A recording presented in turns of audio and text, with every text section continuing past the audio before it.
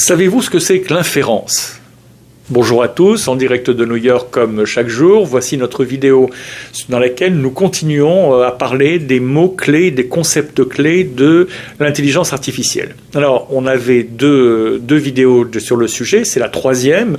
Pourquoi connaître ces concepts minimalistes, j'allais dire, c'est parce qu'ils sont à la base de l'intelligence artificielle et que si on veut pas être dans les charrettes des gens qui vont perdre leur travail, il faut savoir ce qui se passe. Il faut savoir de quoi on cause, et pour trouver un job, quand on en a un meilleur job, le garder, et ensuite un meilleur, et puis accéder pour les étudiants ou les alternants à un job permanent ou à un premier job, il faut connaître ces dimensions de l'intelligence artificielle. Alors, j'avais dit que je donnais peu de mots-clés pour pas que ce soit rébarbatif, mais ça n'avait pas l'air de l'être, puisque vous nous avez écrit en disant non, on préfère en avoir d'autres, donc donnez-nous encore quelques éléments d'intelligence artificielle, ce que je fais volontiers.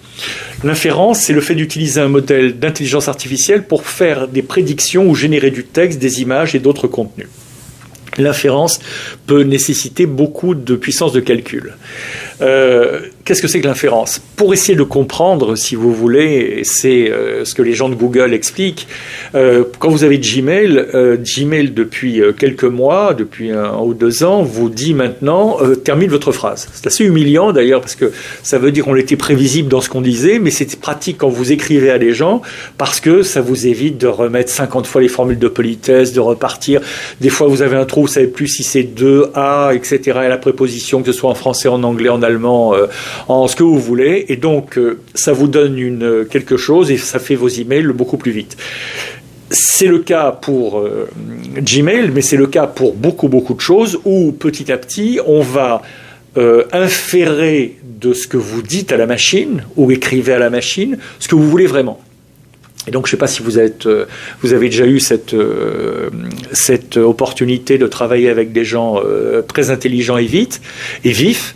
Quand vous commencez une phrase et qu'ils la terminent, moi je suis quelqu'un qui travaille avec moi comme ça, c'est très agréable, mais en même temps, des fois on a envie de dire, mais alors je ne sers plus à rien, c'est que la personne termine la phrase, dit oui, je sais bien ce que vous alliez dire. Mais l'ordinateur fait la même chose, mais le fait beaucoup plus vite. C'est-à-dire qu'en gros, vous mettez devant votre laptop et après quelques mots, il va se dire, bon, ok, c'est ça que tu vas me demander, donc il le prépare avant, etc. C'est non seulement humiliant, mais c'est très pratique, mais surtout ça demande énormément de puissance de calcul, en tout cas au début.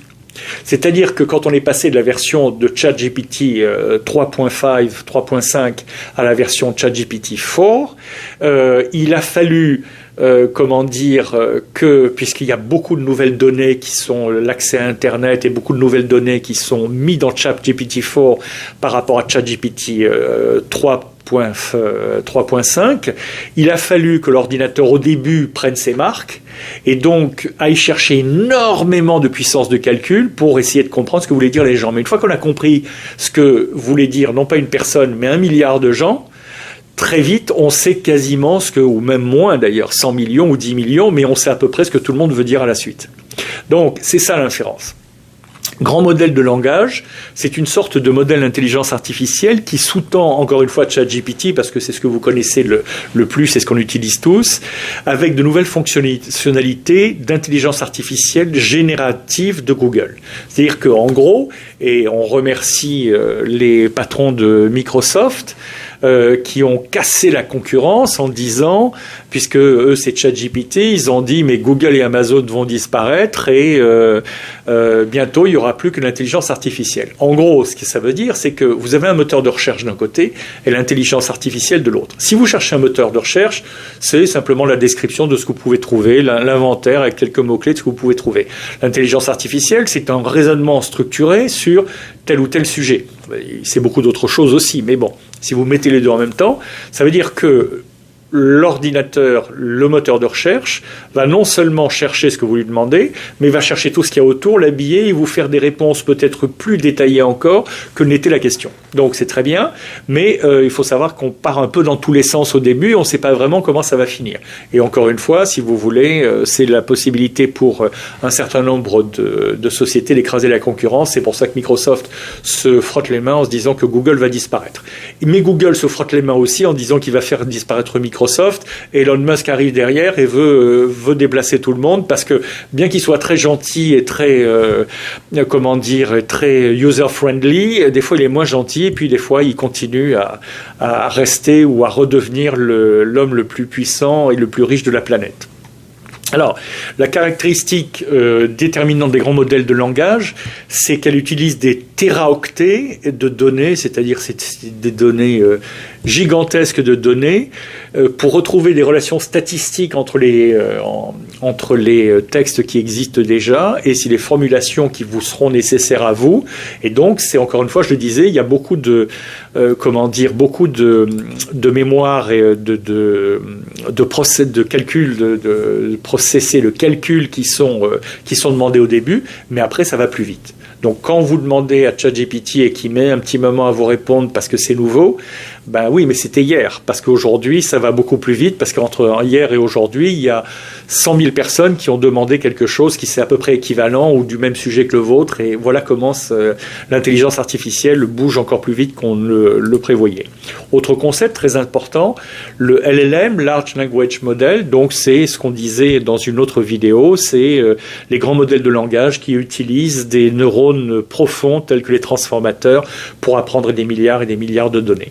Les trombones, non, c'est pas le trombone que vous prenez dans la main et sur lequel on se fait un peu mal, qui est en métal ou recouvert de caoutchouc. Non, c'est les paperclips, sont un symbole important pour les partisans de la sécurité de l'intelligence artificielle, car ils symbolisent la possibilité de l'intelligence artificielle de détruire l'humanité. On y revient sans arrêt, c'est comme une obsession. Mais si ça revient sans arrêt, c'est que franchement les gens qui en parlent savent de quoi ils parlent. Il fait référence à une expérience de pensée publiée par un philosophe, là où la philosophie rejoint la science, et puis la spiritualité au-delà de la philosophie, répondent à des questions, à toutes ces questions-là d'une certaine manière, qui est qu'il faut considérer l'intelligence artificielle dans ce qu'elle peut apporter de positif à l'humanité, mais écarter ce qui est négatif. Et l'éthique vous donne des réponses. C'est toujours l'histoire du couteau. Le couteau peut tuer quelqu'un, ou il peut servir à couper la viande, ou à couper des tomates pour faire de la salade. On préfère les deux dernières applications plutôt que la première. On préfère les centrales atomiques plutôt que les bombes atomiques. On préfère les fusées qui vont sur la Lune ou sur Mars aux missiles nucléaires. Donc, c'est réfléchir sur cette super intelligence, comme disait Nick Bostrom, le philosophe, chargé de fabriquer autant de trombones que possible, de transformer les humains, la Terre, la partie croissante du cosmos, et en trombones, etc. Une vision un peu philosophique, c'est son langage à lui. Mais comme vous allez le voir revenir régulièrement, c'est un mot que vous devez, que vous devez avoir à l'esprit. La singularité, c'est un terme plus ancien, qui n'est plus souvent utilisé, mais qu'on utilise dans d'autres domaines encore, qui fait référence au moment où le changement technologique devient auto-renforçant, c'est-à-dire au moment de la création d'un AGI. AGI, je vous rappelle qu'il faut aller dans notre premier vidéo pour comprendre ce que c'est. Mais en gros, si vous voulez, c'est la black box auquel fait référence le patron de Google, qui est qu'à un moment, on ne sait plus comment l'intelligence artificielle se développe, parce qu'elle se développe toute seule. Merci à tous. Revenez demain pour notre prochaine vidéo en direct de New York.